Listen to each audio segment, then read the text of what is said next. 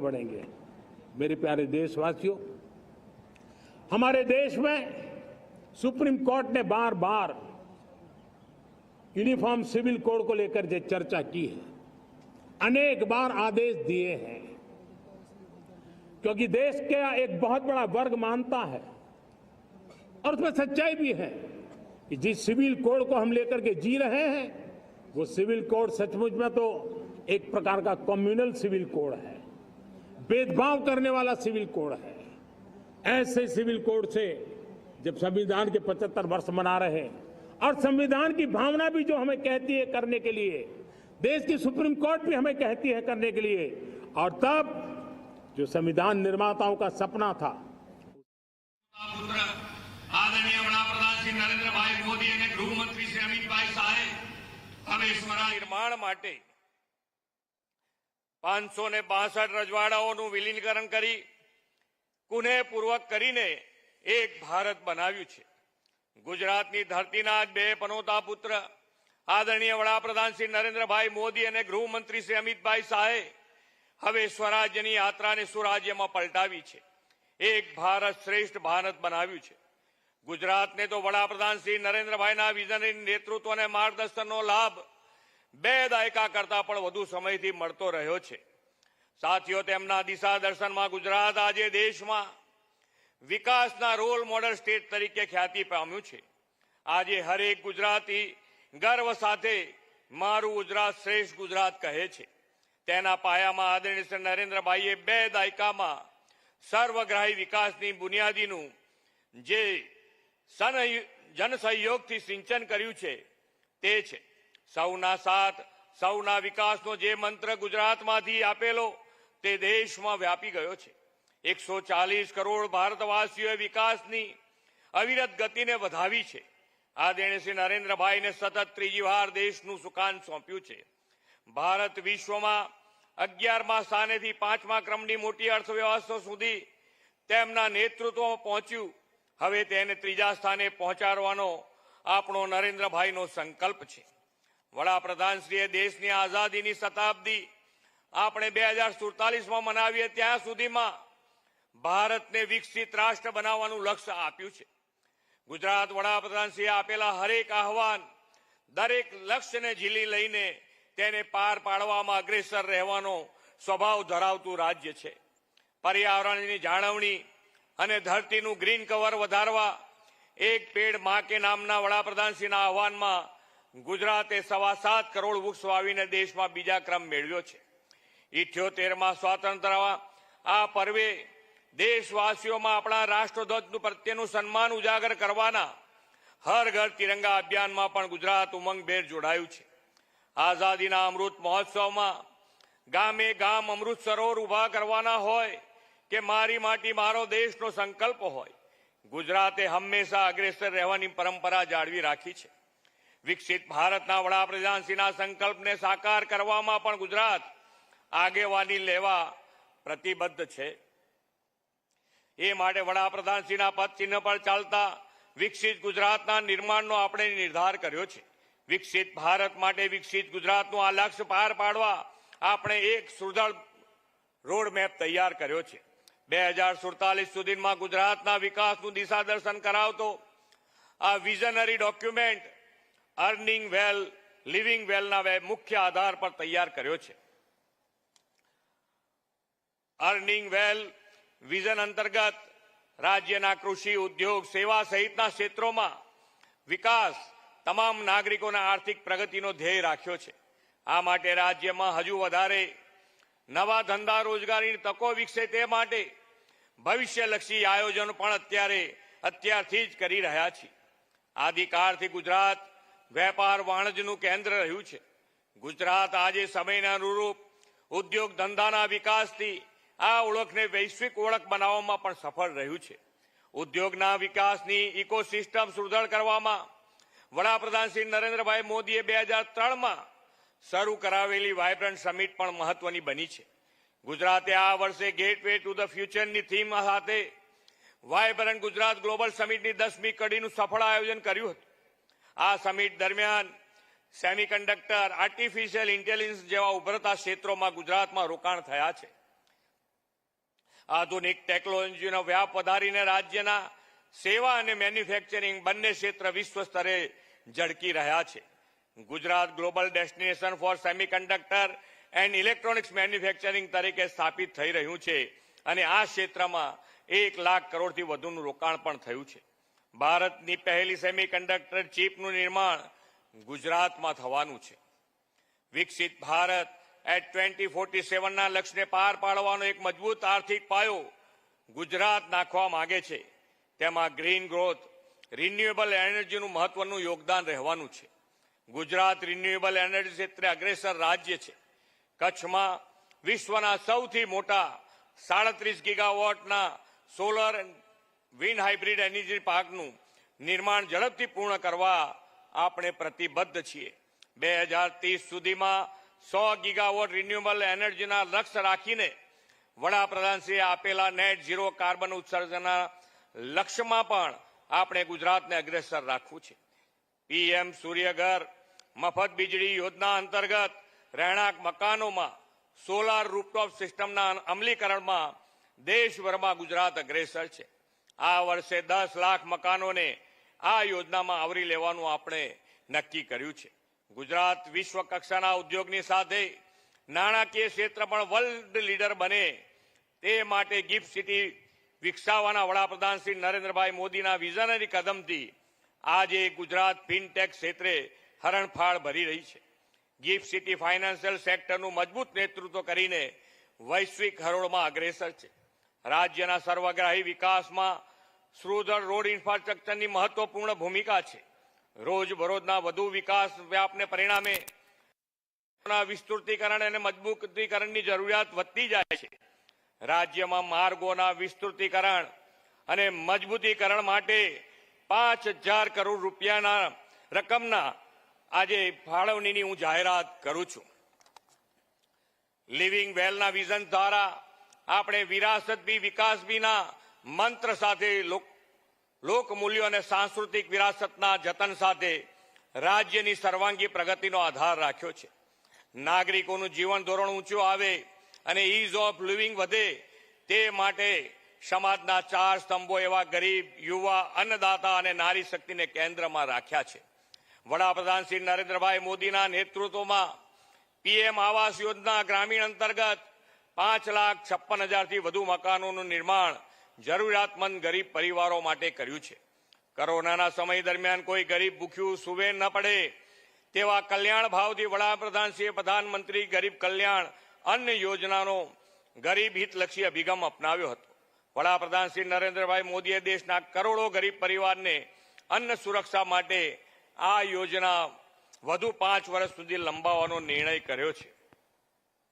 રાજ્યના વધુ લોકો આ યોજનાનો લાભ લઈ શકે તે માટે પરિવારની માસિક આવક મર્યાદા 15,000થી વધારીને હવે માસિક આવક 20,000 રૂપિયા કરવાની પણ આજે હું જાહેરાત કરું છું. પંડિત દીનદયાળ ઉપાધ્યાયજીના હર હાથ કો કામ હર હાથ કા સન્માન મંત્રને વડાપ્રધાનશ્રીના દિશા દર્શનમાં સાકાર કર્યો છે. રાજ્યના વિકાસ અને પ્રગતિ માટે પરિશ્રમનો પરસેવો પાડનાર પાયાના શ્રમિકોના સર્વગ્રાહી કલ્યાણની ચિંતા આપણે કરી છે. 5 રૂપિયાના નજીવા દરે ભોજન મળી રહે તે માટે શ્રમિક અન્નપૂર્ણા યોજના અને રહેઠાણની સુવિધા માટે શ્રમિક બસેરા યોજના આપણે શરૂ કરી છે. આદિજાતિ વિસ્તારને અન્ય વિસ્તારો જેવા જ વિકસિત બનાવવા 2007માં તત્કાલીન મુખ્યમંત્રી શ્રી નરેન્દ્રભાઈએ વનબંધુ કલ્યાણ યોજનાની શરૂ કરાવી હતી. રાજ્યના આદિજાતિ સમુદાયને આજીવિકા, આવાસ, આર્થિક ઉન્નતિ, શિક્ષણ અને માળખાકીય સુવિધા આપવા 1 લાખ કરોડ રૂપિયાની ફાળવણીથી વનબંધુ કલ્યાણ યોજના અમલી બની હતી. આ યોજનાની સફળતાને પગલે વનબંધુ કલ્યાણ યોજના 2 2021થી 2026 સુધીના આપણે વધુ 1 લાખ કરોડની જોગવાઈ સાથે શરૂ કરી છે. આના પરિણામે ગુજરાતમાં આદિજાતિ વિસ્તારના જનજીવનમાં ગુણાત્મક બદલાવ જોવા મળ્યો છે. આદરણીય વડાપ્રધાનશ્રી હંમેશા યુવા કૌશલ્ય વિકાસ પર ભાર મૂક્યો છે. વર્તમાન સમયની માંગ મુજબ જરૂરી સ્કિલ વર્કફોર્સ ગુજરાતમાં તૈયાર થાય તે માટે સ્કિલ ડેવલપમેન્ટ પર ફોકસ પણ કર્યું છે. રાજ્યની યુવા શક્તિના ઇનોવેશનને પ્રોત્સાહન આપવા સ્ટાર્ટઅપ ઇકોસિસ્ટમ વિકસાવી છે. યુવા ઉદ્યોગ સાહસિકોના સપનાને સાકાર કરવા 1000 કરોડ રૂપિયાના ભંડોળમાંથી તેમને સહાય આપીએ છીએ. ઉદ્યમશીલ યુવાનો આ યોજનાનો લાભ મેળવીને પોતાના ઉદ્યોગો શરૂ કરીને રોજગાર વાંચ્છુઓમાંથી રોજગારદાતા બન્યા છે. વડાપ્રધાનશ્રીના નેતૃત્વમાં કૃષિ અને કિસાન સમૃદ્ધ બને તેવી અનેક પહેલો યોજનાઓ અમલમાં આવી છે. પ્રધાનમંત્રી કિસાન સન્માન નિધિ યોજના હેઠળ 45 લાખથી વધુ ખેડૂતોને દર વર્ષે 6000ની આર્થિક સહાય મળી રહી છે. રાજ્યમાં પ્રાકૃતિક ખેતીને મોટા પાયે પ્રોત્સાહન આપીને વડાપ્રધાનશ્રીએ બેક ટુ બેઝિકનો મંત્ર સાકાર કર્યો છે. 43 લાખથી વધુ ખેડૂતોને પ્રાકૃતિક ખેતીની તાલીમ મેળવી છે અને તેમાંથી 9 લાખ ખેડૂતો 7 લાખ એકરથી વધુ જમીન પર સક્રિય રીતે પ્રાકૃતિક ખેતી કરી રહ્યા છે. પેયજળ અને સિંચાઈ ક્ષેત્રે જળ વ્યવસ્થાપનનું ઉત્તમ ઉદાહરણ પૂરું પાડીને ગુજરાત દેશમાં અગ્રેસર રહ્યું છે. લગભગ 15 લાખ ખેડૂતોએ માઇક્રો ઇરિગેશન પદ્ધતિ અપનાવીને 23.4 લાખ હેક્ટર વિસ્તારને તેમાં આવરી લીધી છે. પીવાના અને ખેતીના પાણી માટે જળ સંચયની સુજલામ સુફલામ યોજના દિશા દર્શક બની છે. આ વર્ષે સુજલામ સુફલામ જળ અભિયાનના 7મા તબક્કામાં આપણી જળ સંગ્રહ શક્તિ ક્ષમતામાં 11,523 લાખ ઘનફૂટનો વધારો થયો છે. હાલ ઉપરવાસમાં ભારે વરસાદના કારણે નર્મદામાં ડેમમાં જે વધારાનું પાણી આવ્યું છે તેમાંથી પણ ઉત્તર ગુજરાત અને સૌરાષ્ટ્રના જળાશયો તળાવો ભરીને આપણે યોગ્ય જળ વ્યવસ્થાપન કર્યું છે. રાજ્ય સરકારે જળ સુરક્ષાની સાથે સાથે આરોગ્યની સુરક્ષાની પણ ખૂબ કાળજી લીધી છે. વડાપ્રધાનશ્રીના દિશા દર્શનમાં શરૂ થયેલી આયુષ્યમાન ભારત પ્રધાનમંત્રી જન આરોગ્ય યોજના સૌ નાગરિકો માટે આશીર્વાદરૂપ બની છે. ગુજરાતમાં 2 કરોડથી વધુ ગરીબોને આયુષ્યમાન કાર્ડ દ્વારા વિનામૂલ્યે આરોગ્ય સેવા મળે છે. તેમાં પણ આપણે બમણો વધારો કર્યો છે. પરિવાર દીઠ હવે 5 લાખથી વધારીને 10 લાખ રૂપિયા સુધી આરોગ્ય કવચ પૂરું પાડી રહ્યા છે. કોઈ પણ રાષ્ટ્ર કે રાજ્ય નારી શક્તિના સશક્તિકરણ વિના વિકસિત બની શકે જ નહીં. આપણે અર્થતંત્ર અને સમાજ જીવનમાં મહિલાઓના યોગદાનને વેગ આપવા વુમન લેડ ડેવલપમેન્ટનો વ્યૂહ અપનાવ્યો છે. 3,13,000થી વધુ મહિલા શક્તિને મિશન મંગલથી આત્મનિર્ભર બનાવી છે. નારી શક્તિને આર્થિક રીતે પગભર કરીને લખપતિ દીદી બનાવવાના વડાપ્રધાનશ્રીના સંકલ્પમાં ગુજરાતે 7.5 લાખ લખપતિ દીદી બનાવવાનો નિર્ધાર કર્યો છે.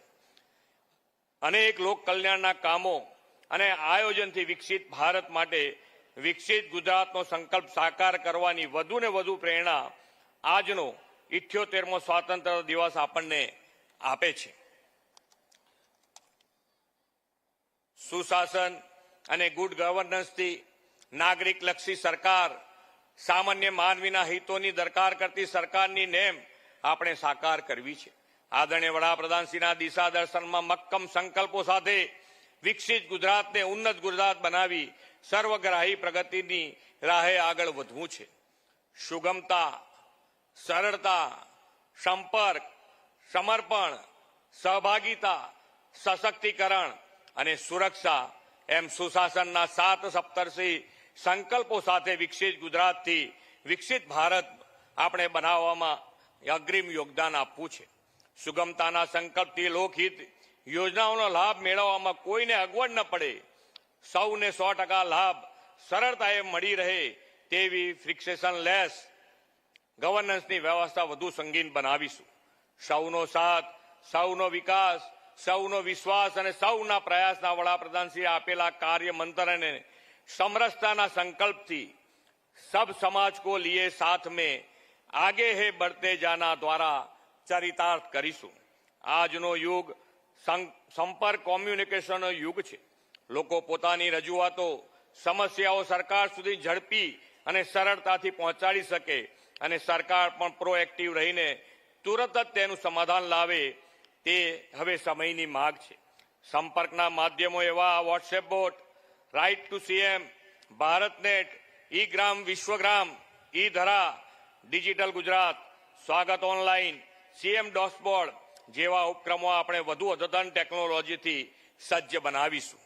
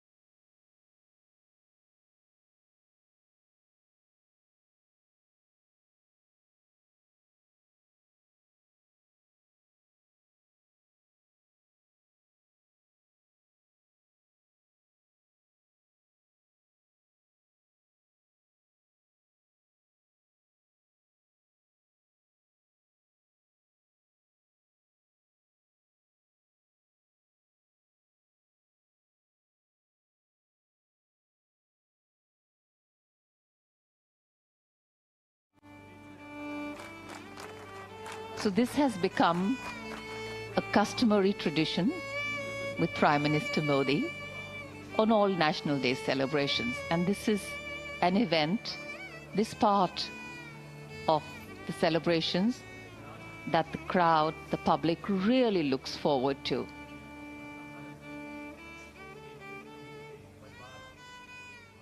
As the Prime Minister walks right into the enclosure where these cadets are sitting.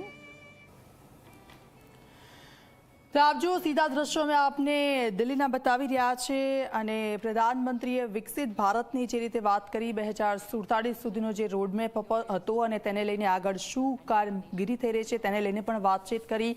સાથે સાથે તમામ લોકોની સાથે અત્યારે વાતચીત કરતા જોવા મળી રહ્યા છે. દેશવાસીઓને આ ભરોસો અનુભવથી નીકળ્યો છે તેમણે પણ કીધી.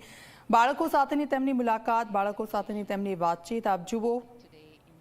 આ સીધા દ્રશ્યો દિલ્હીથી અમે આપને બતાવી રહ્યા છે. આજનો આ દિવસ ખૂબ જ ખાસ. આઝાદ ભારત અને તેનું સપનું જે લોકોએ જોયું, તેની અંદર જે લોકોએ લોહી રેડ્યું, તેની તમામ વાતો આજે પ્રધાનમંત્રીએ કરી. સાથે જે બાળકો ત્યાં ઉપસ્થિત છે એ બાળકો સાથે પ્રધાનમંત્રી વાતચીત કરતા જોવા મળ્યા. એક ખુશી પણ જોવા મળી રહી છે બાળકોમાં. પ્રધાનમંત્રી બાળકોની વચ્ચે. દિલ્હીના સીધા દ્રશ્યો. દેશ આજે 78મો સ્વાતંત્ર્ય દિવસ અને આ પર્વની ઉજવણી કરી રહ્યો છે ત્યારે તમામ જગ્યાઓ પર અલગ અલગ રંગ દેશભક્તિના જોવા મળી રહ્યા છે. અને આ દિલ્હીના સીધા દ્રશ્યો. પ્રધાનમંત્રીએ આજે 11મી વખત તિરંગો ફરકાવ્યો, સલામી આપી અને ત્યારબાદ રાષ્ટ્રને સંબોધિત કર્યું. આગામી સમયમાં 2047નું તેમનું લક્ષ્ય અને સાથે અત્યાર સુધી દેશ આઝાદ